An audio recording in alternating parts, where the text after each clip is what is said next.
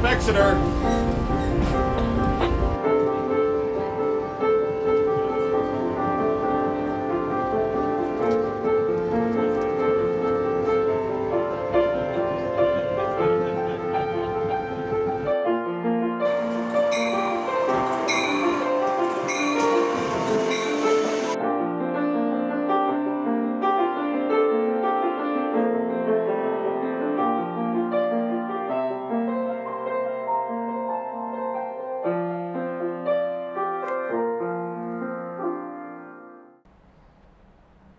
Hi, I'm Paul Nicholson. Thank you for joining us here on Next Stop Exeter. On an early Saturday morning in May, the New Hampshire Fish and Game Department, in conjunction with the Exeter Conservation Commission, held a tour of the fish ladder at the Great Dam in downtown Exeter. Fish and Game conducts an annual survey of all the fish ladders in New Hampshire. Since the town voted to remove the dam and restore the river back to natural conditions, this was probably the last time that Fish and Game will survey the fish ladder. However, they said that they'll still be back next year to survey the fish passage. Anadromous fish is a fish that lives most of its life in the ocean, but has to return to fresh water to lay their eggs and leave their young. Fish lay eggs. Yep. So the species it was originally intended for were river heron. And river herons comprise of two species, alewives and blueback heron. Also American shad. We're going to have some in here and I'll take them out when we head it up. American shad can also be used for fish weigh. Sea lamprey.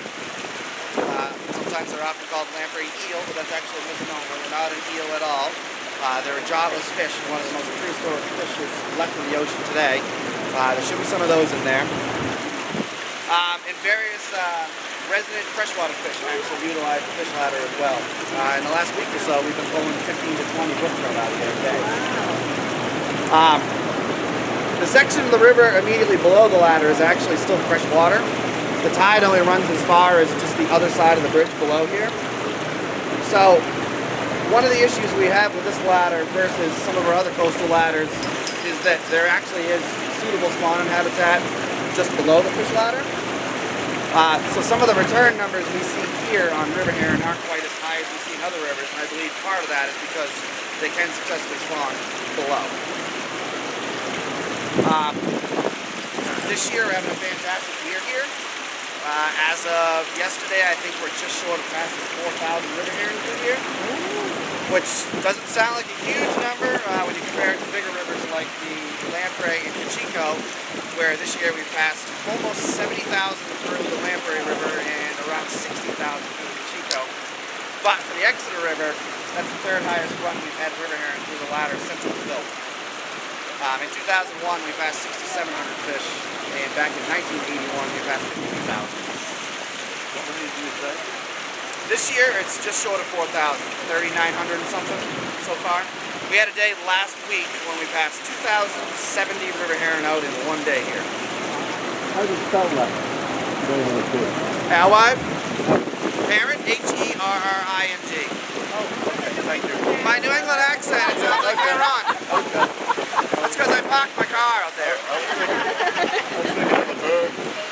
So like I said, it comprises two species, alewives and blueback heron. To the untrained eye, they look almost identical, and most of their habitat needs and life history are the same, but there are slight differences. The alewives are usually a little larger, and they also return first. We see alewives start returning here usually in the end of April, although spring was super late this year, so we didn't see fish until May. And then the bluebacks usually come in mid-May to the end of May, and then right into the early part of June. Right now, the ladder is kind of transitioned over. We haven't seen really many alewives anymore. We're starting to see most of the bluebacks here. If you spend any time, what's that? What about smelts? Rainbow smelt are not strong swimmers. So rainbow smelt are considered an anadromous fish. But what rainbow smelt do is they ride the high tide in as far as they'll take them, and maybe a little beyond into fresh water if they can, and they lay their eggs there. No, we don't take rainbow smelt up. Historically, rainbow smelt never ran beyond the transition of fresh and salt water. That's where they want to spawn. So, although they're an anadromous fish, they don't travel far upstream like the heron do and the shad and the sea lamprey. Because of the tight orientation with being in downtown Exeter and buildings and whatnot, the entrance to the ladder is way down there. So if I didn't have a little dam there, the fish would swim past the mouth and they'd be kind of searching at the dam here for a way upstream. So that little dam keeps them from swimming past the mouth. They come up the ladder. Inside the ladder, it's a slope of, for every 6 inches of run, it rises 1 inch. And there's a series of baffles in there. So the fish swim up all the wooden baffles that slow the flow of the water down. And then they get into this trap here. That net right there on the top of the trap is what we use to scoop the fish up, and then we simply put them in the nets, count them in the nets, and then pass them here into the fresh water so they can continue on their way. We have the ability to put a fish counter in here, and we do it at most of our other ladders. We actually could put a 9-inch fiberglass tube here that has an electromagnetic field in it, and when the fish break it, it clicks the numbers off in a box that records them. Much, much easier. Because the numbers are so low here, and for many years we were concerned with those low numbers, I wanted to see every fish in my hand to know exactly how many pass here. And it's not real hard to pass 4,000 fish over 6 weeks. So when they come back the other way, they just go down the dam? So when the adults go back downstream, they simply flop over the spillway. This is nothing, you know, in downtown Dover, they're flopping over the spillway and down a waterfall. In Newmarket, that dam's 22 feet high and they seem to survive it no problem. So it doesn't seem to be an issue.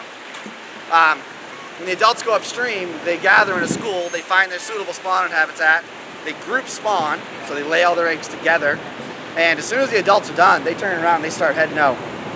So a lot of times, this time of the year, when we have fish coming up, we have fish that have already spawned and are heading down at the same time. The eggs they leave behind hatch in as few as 2 or 3 days. And then those young will stay in the freshwater, in the river, until late summer, early fall, until they're about 2 or 3 inches long, and then they run downstream as well and then go out into the estuary and the ocean. So this is actually an alewife here. I can tell that by the deep body, the goldish color, and the very large eyes. One nickname for these guys is a sawbelly. And the reason for that is because their scales come together on the bottom and they're really, really sharp. If you run your finger on those, you can see.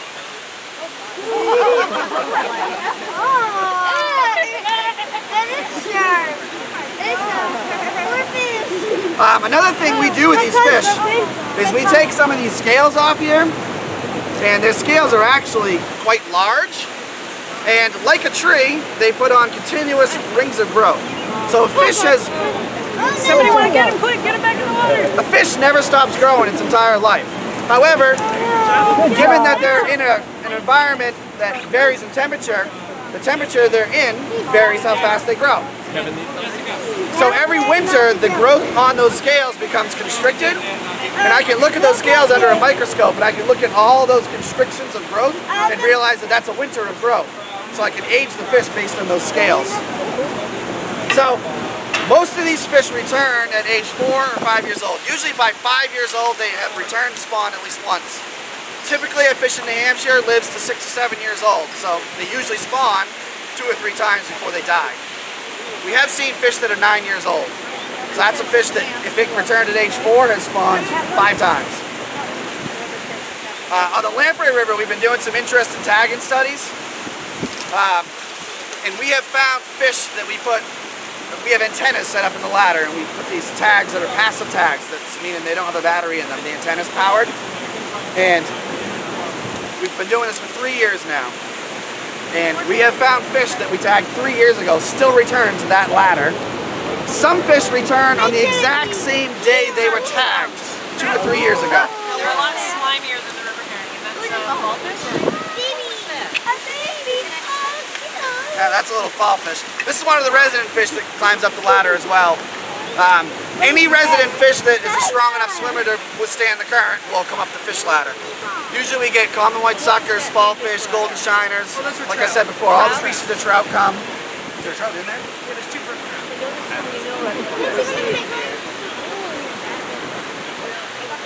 So That's brook trout right there. Oh, wow. I'm not gonna touch it. One thing about the river heron is at every stage in their life, somebody's trying to eat them. And you can see with this gash on this trout right here, he was probably hanging out with the river heron, and I bet one of those blue heron that's down there right now tried getting this guy. Are they wild trout or are they hatchery trout? What's that? Are they hatchery trout or wild trout? Can you tell? With our granite substrate in New Hampshire, it is very, very hard to grow fish in our rivers faster than fish are fished on in our rivers. Meaning, most every trout you catch in New Hampshire waters will grow in a hatchery. Every state has certain rivers that they're mandated by the federal government to monitor. This river is one of the rivers that we have to monitor. Okay. If the dam's gone, we still have to monitor the fish. Okay. Right. So, it's a great thing this year that we got passage at Pickpocket. Oh yeah, good job. It's a good thing we got fish at Pickpocket this year because that gives us an idea of how many of the fish that passed here passed there as well, you know what I mean? Because there's a lot of fresh water between. Yeah. So it's going to be completely normal for a lot of fish to fall out of it and spawn below Pickpocket, and then some will strive to go past Pickpocket and keep going. So we will still monitor the numbers there. And we still also age the fish and biologically monitor them. And we can do that either by casting them here, because I think they probably will still get held up below the bridge until they get past the little falls under the bridge. So we can biologically monitor them there, or if they return at Pickpocket high enough waters, we'll be able to do so there. So our job's not done here. Yeah, we're required to monitor the Oyster River, the Exeter River, the Lamprey River, and the Kachika River. Now, who sets what rivers to monitor? I know you said there was a committee and what have you, but I mean, why would those rivers? That was far before my time. Did they just pick those three rivers Yeah, at random? I mean, it probably at some point in time, probably in the 70s or 80s, because we had fish ladders on those rivers, it was chosen to monitor them because we can get the fish on them. You know, there's other coastal rivers in New Hampshire where river heron probably run in. Yep. But because we don't have a structure to capture them, you need to be there on the right day when they're running to get them at the right spot, and it'd be very difficult. They're called floy tags in some of the backs of the fish, and it's nothing more than a plastic tag with a unique color and number on it that has a T-bar on the end, like a tag you'd have on clothing in a store. And we put it in at the base of their fin and hook it onto the extensions of the fin rays so it stays in the fish, and we put a unique color in each river. Because Kevin thought that maybe there was some mixing, but we did that. We never found one fish that returned in next years that went to the wrong river. And the amazing thing is, the Squamscott and the Lamprey empty in the exact same spot in the bay. Exact same spot. But yet they can. But these fish go where they came from. Wow, that's cool. That is crazy. I still have a very, very hard time believing that a school of 15,000 fish comes up and say a striped bass swims through the middle of it in this chaos and they all break up, that some of them don't go to the wrong river, but we didn't see it with our test. You know, dams typically block the natural process of a river. Like I said earlier, we have measured oxygen levels in here before and found them to be, at certain times of the year, too low for juvenile heron to survive. Right. Which might also be part of the reason we don't have a good run through the ladder. Yeah. Because maybe there's very, very poor survival of the juveniles that are left in the river. Yeah. But there's high survival of juvenials that are born there. And then every year there's a small percentage of them that try to go upstream, but their progeny aren't the ones that survive well. Yeah. Are any of the fish you monitor not endangered, but limited numbers? Are they? Well, these guys are actually a species of concern. The lamprey? The river heron. Okay.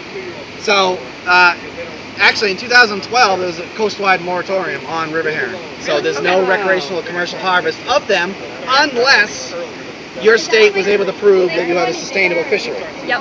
Which New Hampshire did. So we're one of 4 states in the entire Atlantic coast that you still can go to our office and get a netter's permit to net river heron. And the reason for that is New Hampshire just isn't set up well enough to have places where people can easily get lots and lots and lots of them. Here's probably the best spot, but you can only do it 2 days a week. So our annual harvest is only like 10,000 fish a year, total. Wow, we passed 70,000 in the lamprey, so 10,000 fish we drop in the bucket. So we were able to prove that our 10,000 fish harvest per year is not harmful to the run, so we have a sustainable fishery. If that fishery, for whatever reason, ever got bigger, we'd probably have to revisit things and make sure that we're okay. So the lobstermen that show up on the bridge and take out bunches of them, they have to come to you to get permits to do that? It's a free permit, though. And the only reason for it doesn't cost any money. The only reason we want the permit is so that we know what they take. Okay, And they're only allowed 1 tote a day. Well, they are. That's a tote. Now they can, and how many Well, times that's a not- week? You it's said about something that about 2 times a week? Only Saturday and Monday here, but on every other coastal New Hampshire river, you can do every day but Wednesday. Well, that's interesting. So they can only be out here on Saturday. Oh, those get much bigger. Yep. Yeah. Yep. Whatever, yeah, they'll get the size. In a state like the state of Maine, they have such good runs on some of their rivers that the harvesters, and Maine's done differently. So Maine has such a huge coast and so many rivers that the Division of Marine Fisheries monitors a very small percentage of all the runs in the state. And historically in Maine, what happens is the town at the dam or head of tide or whatever, the town is who manages that river heron run. It's the town's run of fish. And what the town does is they elect a heron warden, and that one guy can harvest, or if he wants to, he can permit other guys to harvest the fish under him. But they will actually, state law dictates that they need to have 3 days, 3 consecutive days of escapement. Meaning that for 3 days consecutive, it can be any 3 days of the week, you have to let the fish swim by and go upriver. The other 4 days of the week, they completely block the river. Wall to wall. Take every single river heron that returns. Game on. But it's working because there's millions of fish in some of these rivers. And if you actually watch the harvesters there, even on the days that they can take everything, they still pass a lot of fish. The fishermen are passing the fish. Yeah. Right. So they have a system that works. Yeah, they don't want to lose their They know. ability, Right. yeah.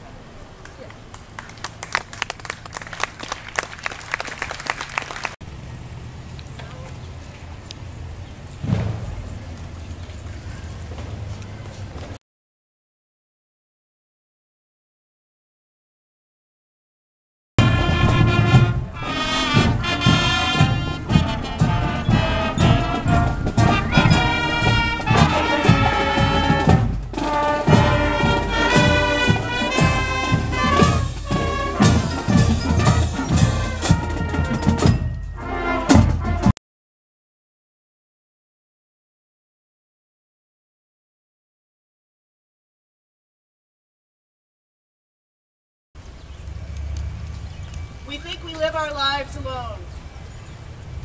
On April 5th, 1945, a soldier was killed in battle in the Ruhr Valley in Germany. An American soldier. Many others were killed that day from many countries. This American soldier, Second Lieutenant Albert Sumner Wetherell III, called Sumner by everyone who knew him, was from Exeter, New Hampshire. He was one of 19 men from Exeter to die during World War II. We know nothing of the circumstances of his death, whether it was a bullet or an explosion, or if he was crushed by a tank. The War Department only reveals killed in action, perhaps to temper the blow. His father, also named Albert Sumner Wetherell, lived on Front Street. He was not a newcomer to tragedy. He'd lost his wife to childbirth in 1925, and a year later that child, just a year old, died of scarlet fever.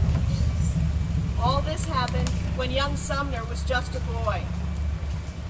Sumner and his sisters Jane and Elizabeth had felt the losses deeply.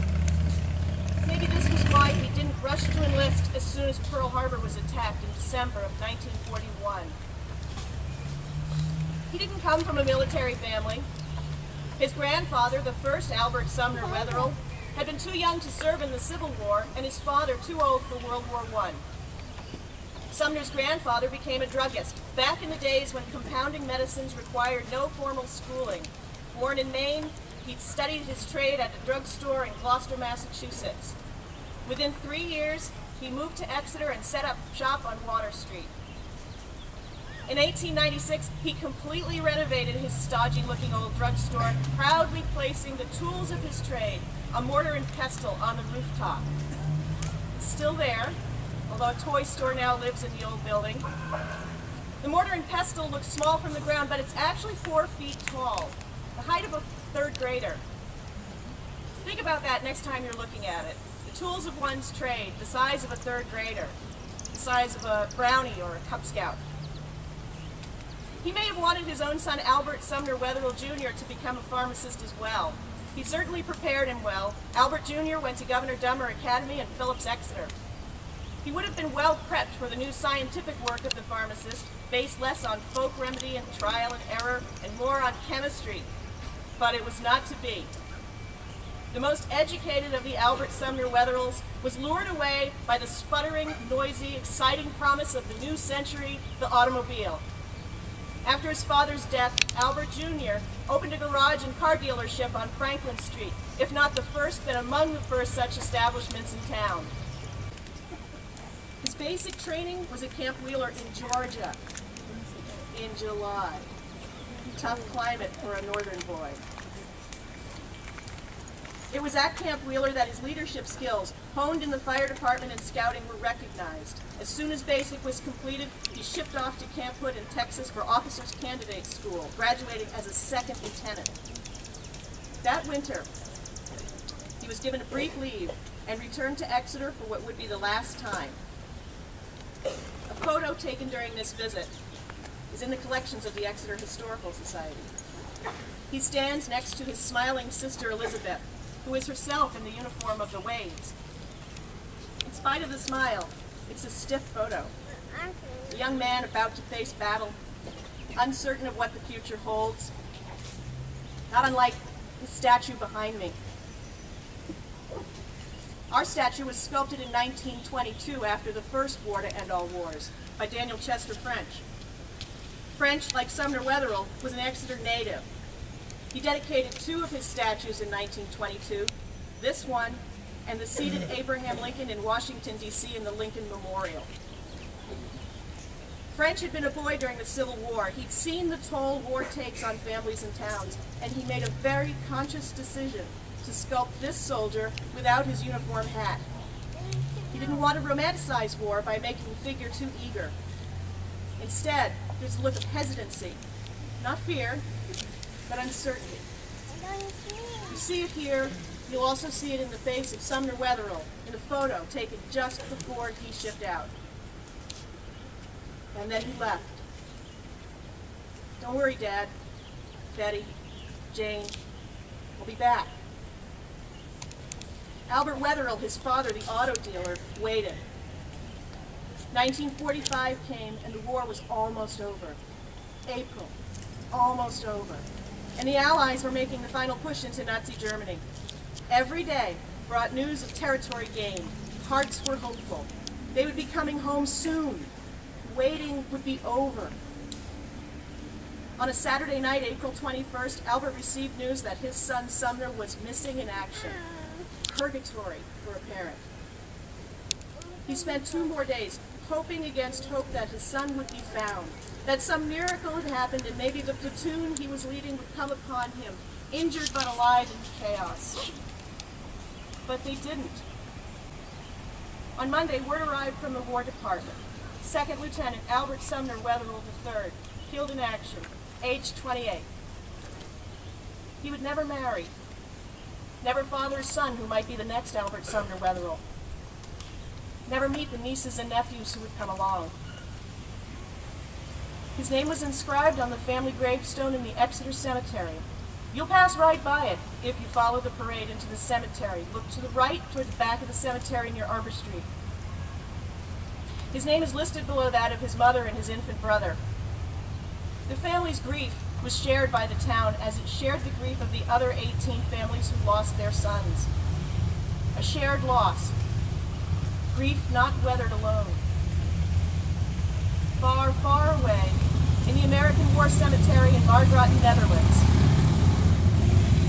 Sumner Wetherill was laid to rest along with 10,000 other Americans who died in the war. There's a gloominess that can come over us when we think about our townsmen buried in such a distant land. Who remembers Albert Sumner Wetherill? We lost his mechanical skills, his leadership of men and boys, his understanding of the burden of his generation. We are the mother town in this statue, asking so much and losing so much more. We can pledge ourselves every year to not forget the men and women who die in war, but it's hard when we leave them so far away.